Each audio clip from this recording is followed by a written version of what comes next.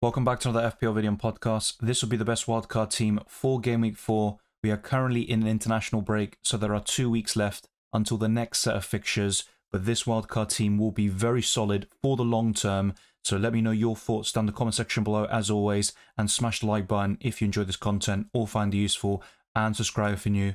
Our aim is to get this to over 200 likes and to keep on pushing towards 35 subscribers by the end of the year. Keep your eyes peeled for UCL fantasy content. I have made a first draft and that video is coming very soon. The same goes for more FPL videos such as the transfer tips, team selection and much more. There'll probably be an updated version of the wildcard, especially if we get a lot of injuries during the international break.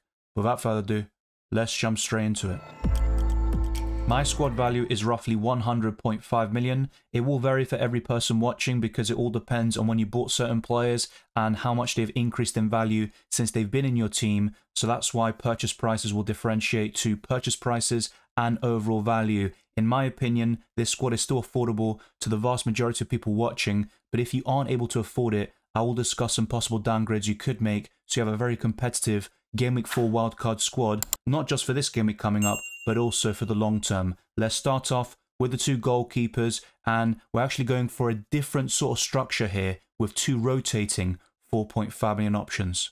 Verbruggen made his return last week in a 4-0 win over Crawley Town, and just before the Arsenal game, the Brighton manager Ursula said that he has a clear number 1 in mind and there'll be no rotation whatsoever, and he started against Arsenal, made 6 saves and played very well for the Seagulls in that 1-1 draw, and I think Verbruggen could be one of the best goalkeepers overall this season. I said this during the summer as well when he was injured, so I think he's definitely someone to keep in mind. I know Lewis Dunk will be very popular and I might talk about him in my own team selection, but apart from that, I think Verbruggen is a great way to cover Brighton defensively, and they also rotate very well with another team and of course another 4.5 million goalkeeper in Flecken. So this week Brentford will play Man City away. I say this week in Game Week 4, of course. So in that one, it's very easy to put Verbruggen against Ipswich Town at home. And whenever Brighton have a poor fixture, Brentford's is actually better on paper. So I think this rotation could work really well, not just in the next couple of game weeks, but also in the long term. But generally speaking, and I will admit, I'm not a huge fan of having 2 rotating 4.5 million goalkeepers. So going for just the one of these is probably enough anyway. And you can have a 4 million backup like Fabianski, who could come in for Game Week 4 as Areola got injured in that game against Man City. We'll see how severe that injury is. And there is still 2 weeks, of course, for him to recover. But I think Verbruggen and Flecken is the ideal 4.5 million rotation you will see for this season. Andrew Robertson is the joint 2nd highest scoring defender in FPL so far this season. A very small sample size, but Liverpool haven't conceded a goal and only Trent Alexander-Arnold has scored more points in this position, and that was because of the 2 bonus he accumulated in Game Week 1. I still think Trent is a step above and worth the extra million, but Robertson does save you a bit of value and you can spend that extra 1 million in another position. It can be very crucial. So I have gone for the Scotsman. You could also go for Virgil van Dijk if you wish. Maybe Kanate, who's even cheaper, but I would expect rotation in the long term with Quansah, who is still a very top talent in central defence. Next up, I'm going for a 4 million defender, and he will sit mainly 2nd or 3rd on your bench most of the time, and that's going to be Greaves. In terms of 4 million defenders, he's probably one of the better ones, but I do admit I think a lot of these won't get clean sheets, and that includes Harwood Bellis, Stevens, Bednarek, Mosquera, Greaves himself, and the other Ipswich Town defenders like Johnson and Wolfenden. But I'm going to go for Greaves. He's got a bit of aerial prowess. I could see him scoring 1 or 2 goals this season, and Ipswich Town have fantastic fixtures after that baptism of fire in the opening 2 game weeks against Manchester City and Liverpool. So if you want a 4 million defender, Greaves is my recommendation, but I do admit ideally it would have been Nedeljkovic. However, him being benched in Game Week 3 was a big surprise to all Aston Villa fans, and I thought he would start. I was convinced about it, and I would avoid that for now. And if you want to go for an Aston Villa defender, I would go for one of Luca Dean, Pau Torres or Quansah, and at the moment, I would go for the Spaniard, Pau Torres, and I still think Luca Dean could rotate with Maatsen in the long term. But Aston Villa's fixtures over the next 4 game weeks are sensational. There are 2 consecutive home games coming up, and I could see 1 clean sheet in that time period. Now you may be thinking, why are you going for Pau Torres over Quansah? And there are 2 key reasons. 1, he has more goal threat, which he showed in the last campaign. And number 2, the lower ownership makes him very appealing. And in terms of bonus points, I don't see much separating him or Konsa. So I'd rather go for the lower owned asset in this regard, but I don't see much separating the two.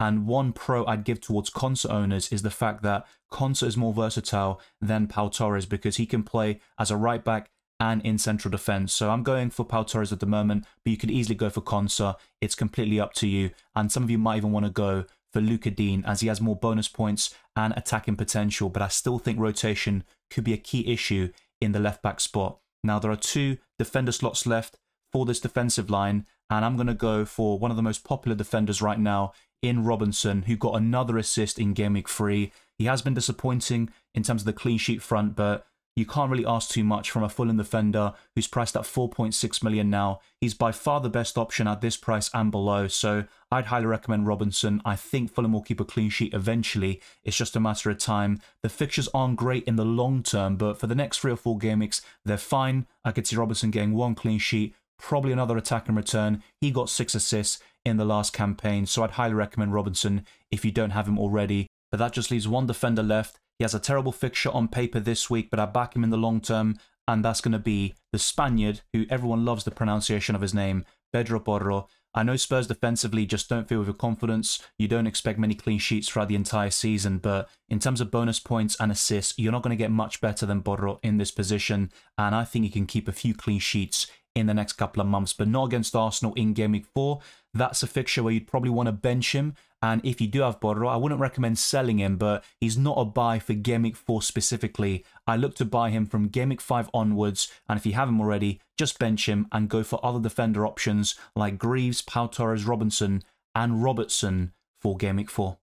It has been a common theme so far this season where people look at Erling Haaland scoring a hat-trick and then regret going for Salah over the Norwegian, but in fact going for both of them has been the best way to tackle the opening start to this campaign, and they're both tied on 41 points. They've got the same number of bonus. Salah has 6 goal contributions compared to Haaland's 7, and I've always said this, as a midfielder, Salah has a clear advantage with an extra point for scoring a goal and clean sheet points. Liverpool are 3 out of 3 for the season, so I think Salah is a great FPL option, and I would put him above Erling Haaland for the next 2 games specifically, but ideally you'd go for both of them at the same time, and I can completely understand that. Instead of going for one over the other, I think going for both is probably the ideal scenario. But you could also say the same thing about the Liverpool attack, and you've got a lot of options here, especially in terms of Jota or Diaz. On current form, I would go for the Colombian. That's back-to-back double-digit hauls, but I would be slightly careful because he will play in the South American qualifiers, and with the jet lag and the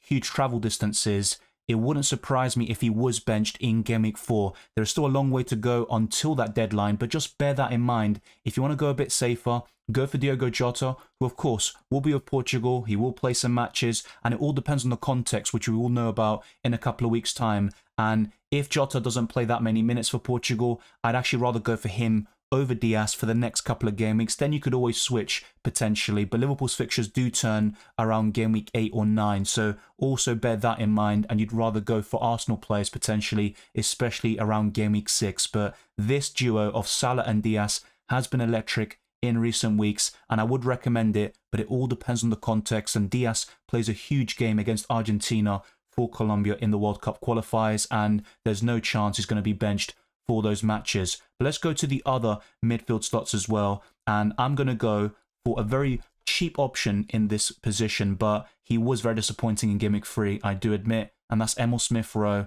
I still think he's going to get plenty of goal contributions this season. My main worry is, will he stay fit? And that remains to be seen. But going for one of him, Semenyo or Rodgers is still a top recommendation from me. I admit it's not the ideal team structure to have 2 5 to 5.6 million midfielders in your squad, but I'm going to go for something like that because it does facilitate some huge premiums and big hitters in this 50-man squad. So I am going for Rodgers, who has been disappointing from an FPL perspective, but I believe he has started very well this season, and the goals and assists will come, but it might not be as consistent as we first thought throughout pre-season and during the summer, where Rodgers was scoring on a very consistent basis. So if you have the extra money, and this is where downgrading one of Flecken or Verbruggen could come in, I think Semenyo is a very good choice. The only problem with Bournemouth is the fixtures aren't great at the moment, but Semenyo is still ticking along very nicely with returns in all 3 matches so far. He has been the best budget midfielder in this point of the campaign, but things will change over the course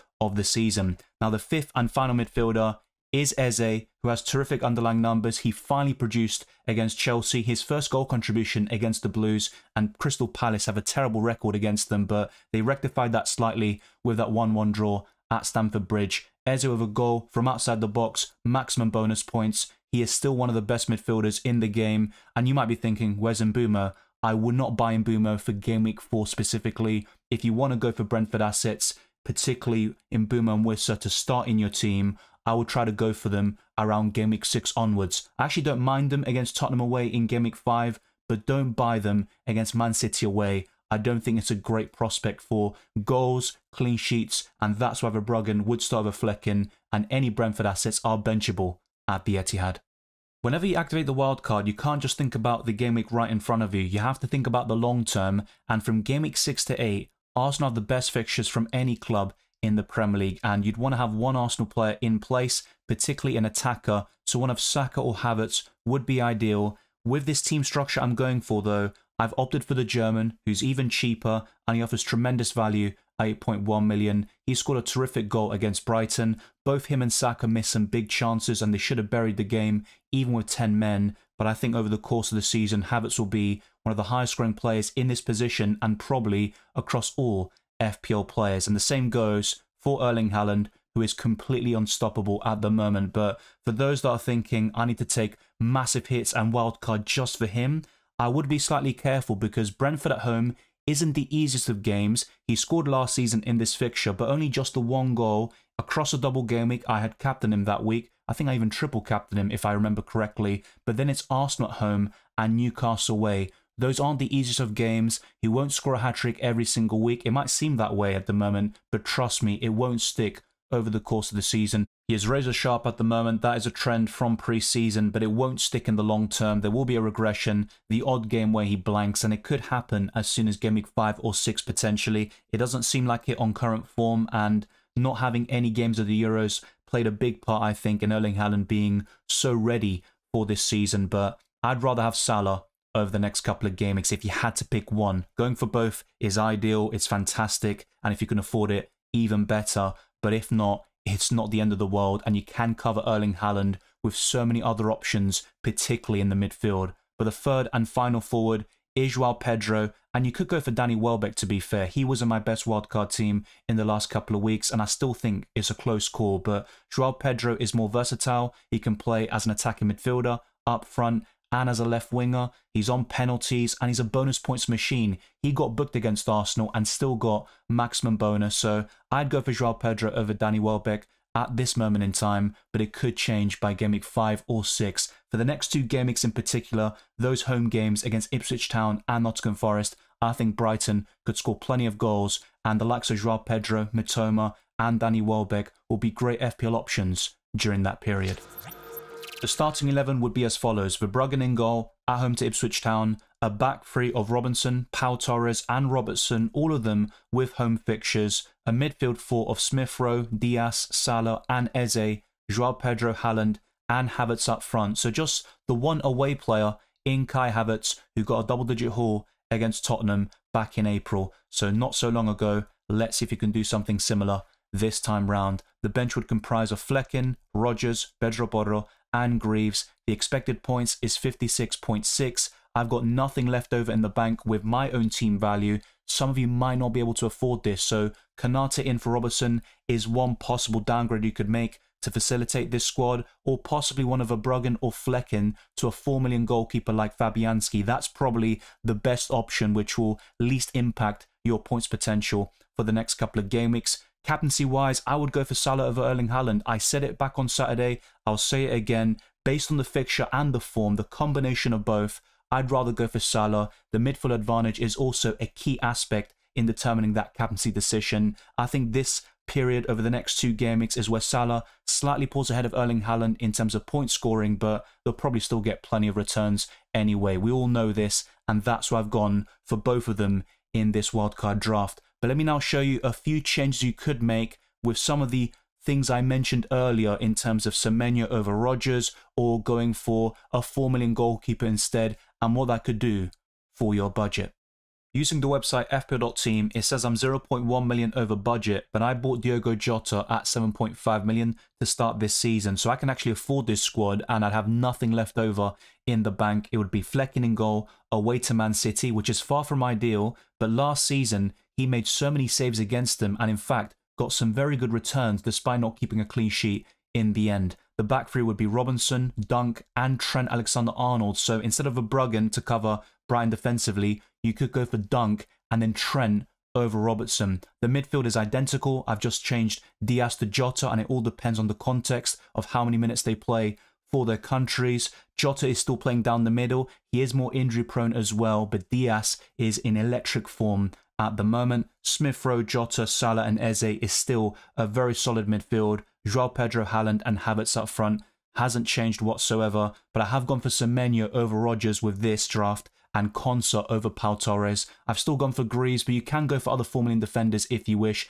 I just think he's the best of a relatively bad bunch right now. That could change, of course, and for 4 million, you can't ask for too much more than that. Fabianski over Verbruggen is another change, and if you still want to find ways to afford this team and make some downgrades, Trent back to Robertson or Van Dijk is a possibility for you, and it gives you 0.9 million in the bank, which you could use to upgrade Havertz to Isak or potentially Ollie Watkins. So there's a lot you could do with these structures, even with Salah and Haaland in this squad. Let me know your thoughts down in the comment section below. Are you going to captain Haaland over Salah in Game Week 4? There's a lot to discuss and also a long time until the Game Week 4 deadline. So let's keep our eyes peeled. Let's not rush into anything. I wouldn't recommend early transfers, but if you are set on playing the wild card, I try to activate it early because you can build a lot of team value that way. So only do so if you're absolutely convinced that playing the wild card is the best course of action for your team.